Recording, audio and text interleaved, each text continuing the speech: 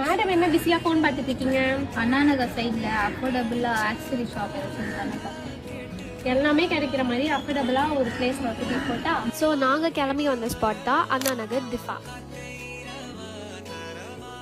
Kiki, நீ சொன்ன மாதிரி எல்லா ஆக்சரிஸுமே அஃபோர்டபுளாக இருக்குடி. நிறைய கலெக்ஷனும் இருக்குது. எனக்கு இப்போ என்ன வாங்குறதுன்னு தெரியலடி. நான் சொன்னல இவங்ககிட்ட எல்லா ஆக்சசரிஸுமே ட்ரெண்டிங் அண்ட் அஃபோர்டபுள் ப்ரைஸஸில் இருக்கும்ன்ட்டுன்னு. இவங்களோட கலெக்ஷன்ஸ் உள்ள போய் பார்க்கலாம்.